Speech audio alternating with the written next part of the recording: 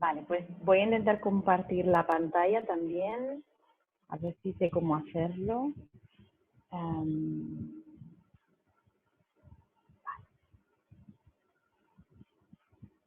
¿Se me oye bien? ¿O molesta el ventilador? Lo digo porque si no lo quito. No molesta. Vale. Vale. Pues nada, como os he dicho antes, yo estoy en Mayotte. Bueno, me he sentido muy identificada con muchas cosas que ha explicado Pablo, sobre todo porque algunos de los problemas también los encuentro yo constantemente. Bueno, para los que no sepáis dónde está, Mayotte es... ¿podéis ver lo que voy poniendo, las imágenes? Se ven todas las imágenes así, o sea, no está, estamos viendo como si fuera Como si fuera mi pantalla. Sí, Vale, o sea, por ejemplo, ahora veis el mapa. Lo digo porque hay otras imágenes que quería enseñaros para... no, se ve una lista, ¿No? todo de fotos pequeñitas. Ah, vale. ¿Cómo lo podría hacer? Que me parece importante que veáis un poco, por ejemplo, en qué situación... Pero si le das al mapa, ¿no se abre un poco más grande? A ver Sí. si ahora sí. ¿Ahora sí? No, Vale, es que lo estaba abriendo, pero ahora sí. tenía que Ahora sí, seleccionarlo. ahora ¿Sí? sí, ahora sí. Vale, perfecto. Pues nada, para los que no sepáis dónde está Mayotte, Mayotte es una isla perdida en el Océano Índico, no muy lejos de Reunión, y también es un departamento de ultramar de Francia. Entonces, pues como Nueva Caledonia funciona exactamente como una región más, es decir, que se trabaja con los mismos programas, las mismas pruebas, todo igual como si fuera una región en Francia, lo que llaman Francia metropolitana. Entonces, bueno, yo hace 3 años que estoy aquí trabajando como profesora de español en un instituto, estoy en bachillerato, y antes de eso hice el máster en 2017, terminé, me gradué del máster y casi de manera solapada empecé a trabajar en difusión. En difusión, como no sé quién más, alguien había comentado que había trabajado también en difusión. Bueno, estuve allí como editora durante un año, si no me equivoco, un año y algo. Y bueno, fue un trabajo que me gustó mucho, aprendí muchísimo, sobre todo porque estaba en proyectos en los que se trabajaba mucho con los programas franceses y las pruebas francesas. Entonces me permitió conocerlo muy a fondo. Pero después del máster, aunque estaba contenta en difusión, me faltaba el contacto directo con el alumnado. Era algo que tenía muchas ganas de experimentar, de poder llevar todos esos conocimientos del máster a una clase y poder aplicarlos y poder probar cosas. Y surgió a través de un ex compañero del máster que contactó a Vicenta, pues surgió esta posibilidad de irme a Mayotte. Y así que me marché cuando el curso escolar ya había comenzado. Llegué con el curso escolar comenzado porque quedó libre una plaza. Y bueno, mi llegada aquí fue particular porque fue en enero, en plena estación de lluvias. Entonces llegué un día que había un diluvio universal, todas las calles embarradas, yo con mi maletita de ruedas que se hundía en el barro. Entonces fue bueno, una llegada así un poco chocante. Entonces, claro, ¿qué es lo primero que ve uno de Mayotte? Pues lo bonito, ¿no? Antes de llegar aquí, pues buscas fotos de las cosas así más exóticas, pues yo qué sé, lagartijas, pues los paisajes, y esta era un poco la idea que yo me había formado de Mayotte. Y cuando llegué, pues me encontré con una realidad que es esa, pero que no es la realidad de mis alumnos. La realidad de mis alumnos, a ver si os puedo enseñar una foto, es, bueno, este es el instituto. La realidad de mis alumnos es esta. Mis alumnos viven en casas de chapa, la mayoría, con unas condiciones deplorables, muchas veces no tienen agua, no tienen electricidad, evidentemente no tienen conexión a internet. Entonces, claro, cuando ves esta realidad, no la ves enseguida, pero la vas viendo a medida que pues entras en los barrios o les preguntas por qué han venido con los deberes mojados o por qué la libreta está toda llena de barro. Entonces te das cuenta de que ellos fuera de la escuela no tienen ningún medio o sea, tienen muy pocos medios para poder seguir su educación como lo haría un alumno en Francia. Entonces, claro, es un poco encontrarte entre esos dos mundos, el mundo de Francia, lo que se espera de esos alumnos y la realidad que ellos tienen, que es una realidad de un nivel socioeconómico muy bajo y muy pocos medios. Entonces, pues así viven, ¿no? Eso por una parte, esa es la situación que me encontré con los alumnos, pero también hay que decir que son chavales encantadores, quizás gracias a las escuelas coránicas, tienen muchísimo respeto por el profesor o por la persona que les enseña. Entonces, es muy, muy agradable trabajar con ellos. Pero a la vez, un poco como Pablo, pues me he encontrado muchas veces en la situación de que lo único que conocen del español son las telenovelas y las canciones de reggaetón. Y entonces, bueno, es un poco esta falta de lo que para nosotros igual es cultura general, que podría poner ejemplos como, pues una vez me dijeron que el Amazonas estaba en África, alumnos del último curso de bachillerato. O alumnos de grado superior de comercio internacional no saben lo que es la Cámara de Comercio. Entonces, bueno, un poco también como lo que decía Rocío, ¿no? Que cosas que para nosotros pueden ser muy evidentes, para otras personas son cosas que no han escuchado jamás en su vida. Entonces, bueno, un poco pues adaptarte. Esto requiere que constantemente, cada vez que tienes una meta, o por ejemplo puede ser el examen final de bachillerato, o tratar temas como la guerra civil o dictaduras latinoamericanas, pues tienes que ver de qué forma adaptar eso al alumno de aquí, que primero no tiene ningún conocimiento de esa realidad y segundo, también hasta qué punto hay que profundizar, porque claro, son, son cosas que ellos jamás van a utilizar muchas veces, ¿no? Y eso es a veces lo que yo critico, por ejemplo, del sistema francés, que se centra mucho, como ya lo dijo Pablo, se centra mucho en textos muy complicados, a veces literarios, la complejidad lingüística está presente, la complejidad de contenido también, entonces a veces es lo que critico yo del sistema francés, que a veces pierde un poco el objetivo de la lengua, que es que se puedan comunicar, porque a mí no me sirve que puedan, pues eso, vomitar un texto de la guerra de no sé qué, pero luego ni siquiera se pueden presentar y hablar de su entorno próximo. Entonces, bueno, esta serie de dificultades son las que he ido encontrando aquí, pero como os decía, pues el entorno, tanto los alumnos como el equipo, son súper agradables. Así que nada, llevo 3 años aquí, los cursos las clases con las que he trabajado son todo el bachillerato, que son 3 años, y luego también tengo a los grupos de grado superior de asistencia a la dirección y comercio internacional. Y bueno, esto ha sido muy interesante porque estoy tocando 2 perfiles bastante diferentes, lo que sería la escuela normal y ya estudios superiores de alumnos que están allí por propia voluntad, no van obligados y que tienen un objetivo profesional. Entonces eso es muy enriquecedor porque como profesor te obliga a informarte de temas que pues, igual antes de los que no estabas informado. Por ejemplo, el comercio internacional, ¿no? Y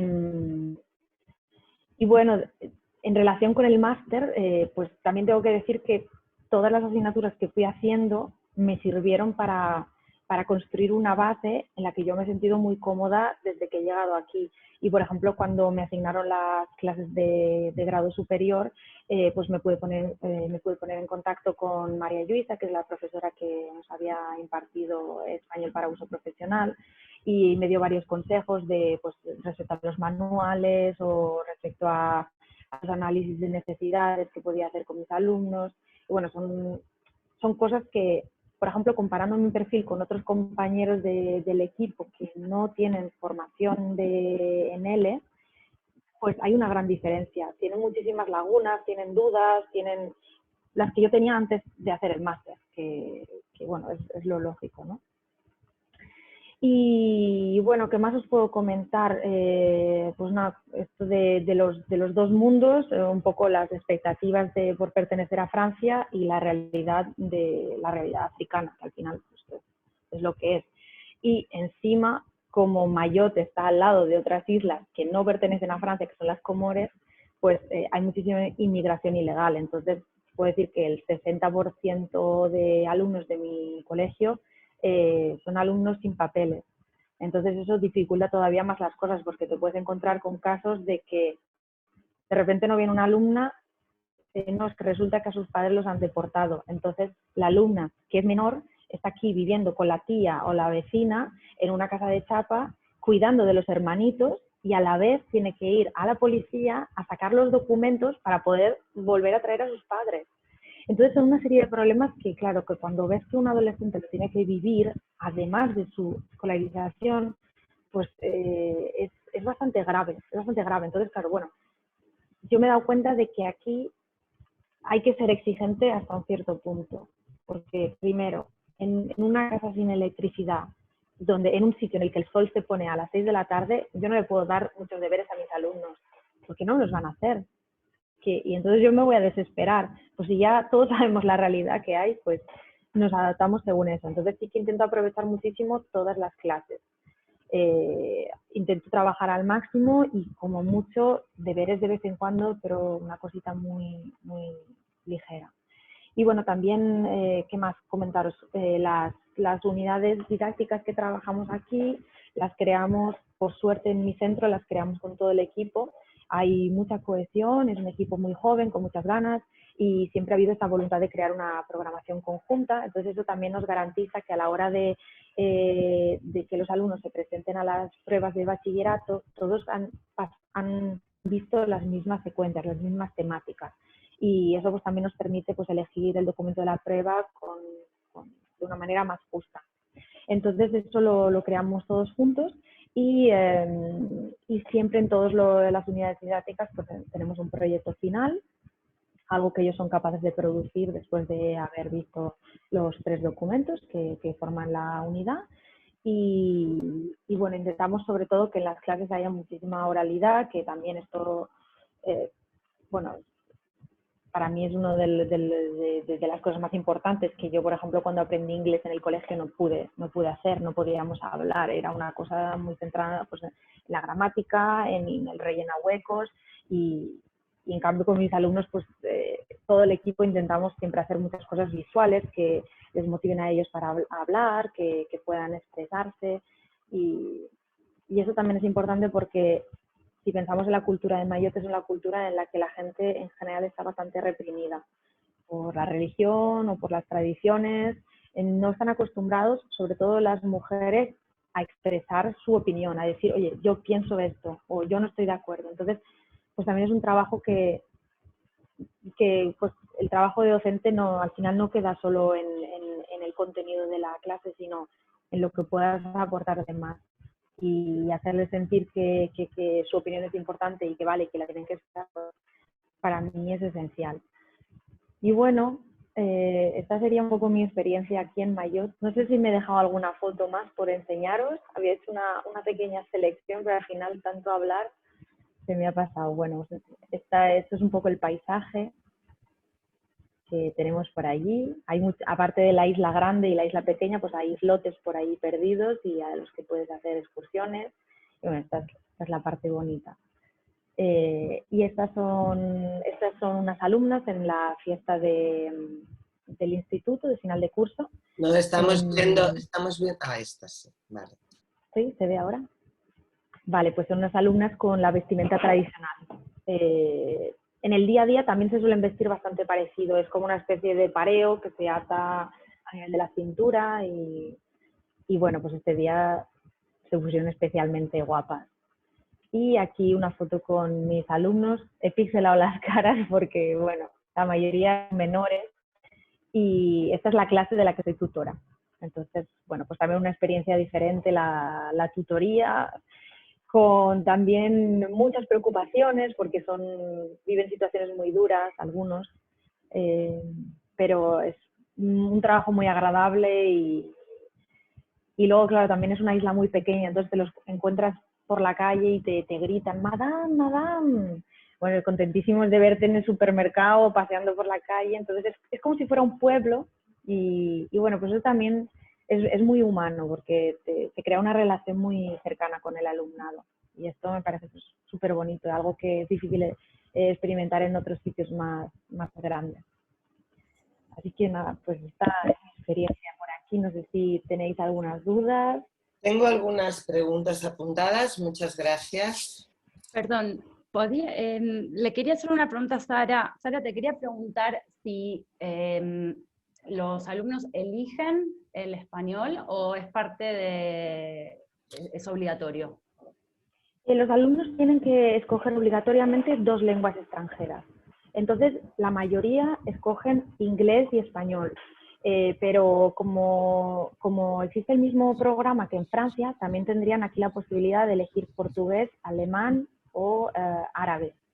Pero la mayoría se interesan por el inglés y el español. De hecho, más por el español que por el inglés, por la música, porque son muy fanáticos de la música latina, pues de todo, ¿eh? O sea, no solo reggaeton. Entonces, como ya les llama más el español fonéticamente.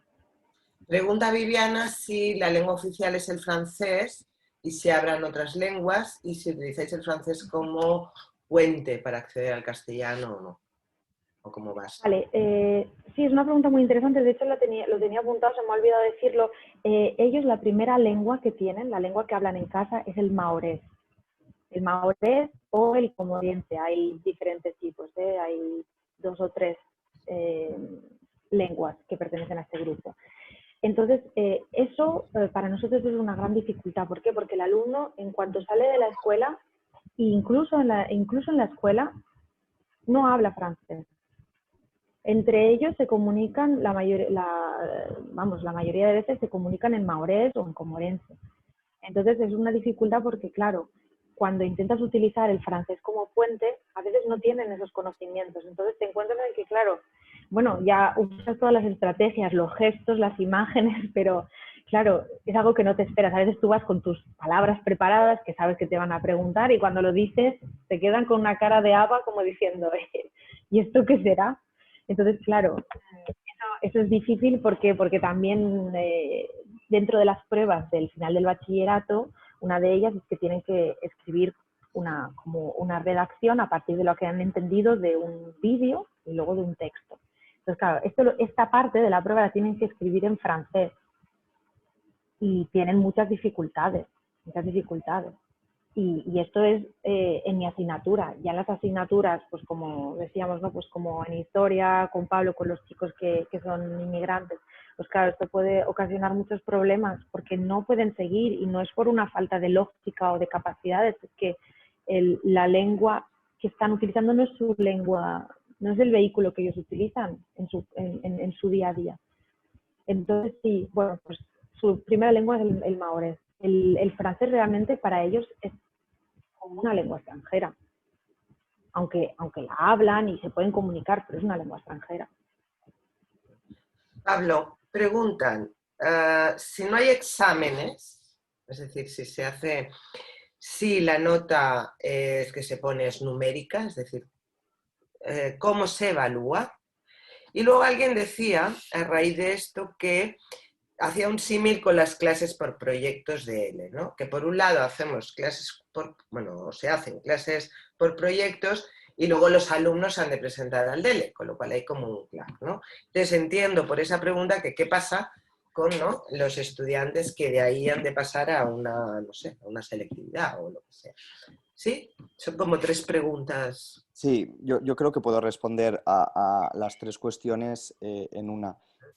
Lo primero, y aquí tengo un comodín, ¿no? Muy fácil, es un instituto que ha tenido un inicio el año pasado con primero y segundo de la ESO, entonces este año solamente tenemos primero, segundo y tercero de la ESO. Por tanto, todavía el bachillerato es un melón que no tenemos abierto, pero que sí en el que ya vamos pensando, ¿sí? Porque nos llegará, y es muy cierto. Los alumnos cuando terminan la selectividad, cuando terminan el segundo de bachiller, tienen que enfrentarse a un examen puramente memorístico, como es el examen de selectividad. Pero nosotros aquí hacemos una diferenciación muy clara. aunque nosotros o la gran parte de la sociedad vea un continuo de primero de la ESO a segundo de bachiller, no es cierto. La educación obligatoria en España es hasta cuarto de la ESO. Y esa es la educación que debería obligatoriamente asegurar que todos los chavales y chavalas que van a un instituto en España terminen con el graduado escolar, terminen con la ESO. Por eso, para nosotros, el trabajo por proyectos durante la ESO es indispensable, porque nos ayuda a obtener mejores resultados, sobre todo en aquellos alumnos que más dificultades tienen, ¿no? Ya sea por un diagnóstico de TDAH, ya sea por un síndrome de Asperger, ya sea por una situación familiar complicada, ya sea porque son familias inmigrantes con pocos recursos. Entonces, el trabajar por proyectos ahí nos ayuda. Hasta cuarto de la ESO, imperativamente. Luego, en el bachillerato ya veremos cómo lo haremos, ¿sí? El hecho de trabajar por proyectos también nos permite que ellos desarrollen capacidades, que ellos desarrollen competencias que de una manera memorística desarrollan muchísimo menos, ¿no? Entonces, por ejemplo, en lo que respecta a la expresión escrita, mis alumnos, yo he trabajado en institutos donde hemos trabajado por proyectos y institutos donde no hemos trabajado por proyectos. Mis alumnos, al trabajar por proyectos, tenemos proyectos específicos de comprensión lectora y proyectos específicos de expresión escrita, leen y entienden mejor y escriben mejor que alumnos que reciben clases memorísticas. Eso en el bachillerato probablemente les sirva de gran ayuda. Eso en el bachillerato yo no tengo la menor duda de que les va a servir, ¿sí? Y otra cuestión también muy importante, la evaluación. La evaluación es un tema complicadísimo. Ya lo era cuando estudié el máster y ya vimos que durante el máster, ¿no? discutimos muchísimo sobre cómo evaluar o cuál es la mejor manera de evaluar y supongo que todo el mundo estará de acuerdo conmigo cuando digo que es una cuestión muy complicada. Yo creo que es indispensable adaptarla a las circunstancias concretas que tiene un centro y a las circunstancias concretas que tiene un alumno o un instituto, ¿no? Nosotros vamos eliminando progresivamente los exámenes, todavía existen, no, a día de hoy tienen un peso del 30% de la evaluación, vamos eliminando progresivamente los exámenes y vamos evaluando cada vez más por proyectos, ¿no? Por productos que van creando los alumnos. Esto no significa que, porque muchas veces los padres nos dicen, no, claro, es que si todo es trabajo en grupo, mi hijo no hace nada, trabajan los demás y tiene un 8. No, la nota de un proyecto no tiene por qué ser la misma para todos los miembros del grupo. Nosotros dentro de un proyecto tenemos entregas individuales, entregas grupales, un trabajo común. Yo, por ejemplo, ahora mismo, y no quiero extenderme demasiado, pero estoy haciendo un proyecto sobre la música francófona. Yo estoy trabajando estoy impartiendo clases de francés en tercero de la ESO y hacemos un proyecto sobre la música de la francofonía. Y es un proyecto en el que tienen que hacer diferentes cosas con canciones, tienen que buscar artistas francófonos, tienen que conocer la realidad de la francofonía y también con los instrumentos musicales y todos los alumnos tienen que hacer un pequeño examen oral al final del proyecto, simplemente para validar el proyecto, para demostrarme qué es lo que han aprendido, para demostrarme qué han trabajado y para demostrarme cómo han trabajado. Ellos saben que de un grupo, ese examen oral, puede haber gente que valide ese examen oral y tenga la nota del proyecto y puede haber gente que no haga nada, que viva de las rentas o que viva del trabajo de los compañeros y que no podrá enfrentarse a ese examen oral. Entonces, esa persona no tendrá el proyecto validado y tendrá un suspenso en francés. ¿Sí? Entonces, nosotros buscamos eso, evaluar por proyectos, pero no tiene por qué ser una nota para todos los miembros del proyecto, sino que puede ser, bueno, cada alumno va a tener la nota en función del desempeño que está realizando. Muchas gracias. Rocío, preguntaba Solo alguien... una pregunta, Pablo. ¿Siempre es una nota numérica? En el caso de que se ponga una nota, ¿es una nota numérica o es una nota por colores? Porque hay escuelas que tienen como 4 colores y correspondería al nivel de dominio de esa actividad que realizan. Nosotros estamos muy encorsetados por la normativa. Nosotros digamos que estamos al límite de lo que la ley nos permite en muchas cosas. Y una de las cosas que no podemos eliminar son las notas numéricas. Entonces, nosotros hacemos un pequeño juego con eso. Los alumnos obtienen una nota numérica, pero en las notas, en los boletines de notas, o al menos en Navarra, hay un apartado en el que el profesor puede, si quiere, poner un comentario. Nosotros hemos animado a los profesores, hemos trabajado específicamente esa retroalimentación más cualitativa, ¿no? No solamente quedarnos en una cuestión cuantitativa que sería un 6, ¿no? Porque un 6 para un alumno puede ser una nota maravillosa para determinado alumno. y un 8 para otro, que es un huevón, pues lo siento mucho, pero ha obtenido un 8 porque es muy listo, pero no ha hecho absolutamente nada, ¿no? Entonces, nosotros sí que tenemos que poner esa nota numérica, es cierto, porque nos obliga la ley y así lo hacemos, pero le damos muchísima más importancia a esa otra parte que en otros centros que ni siquiera se rellena. O ponen muy bien, enhorabuena. No, nosotros sí que le damos un peso mayor y les pedimos a los profesores y les damos horas extra para que cumplimenten adecuadamente esa retroalimentación cualitativa, ¿no? Porque para nosotros es muy importante y yo creo que para los alumnos también.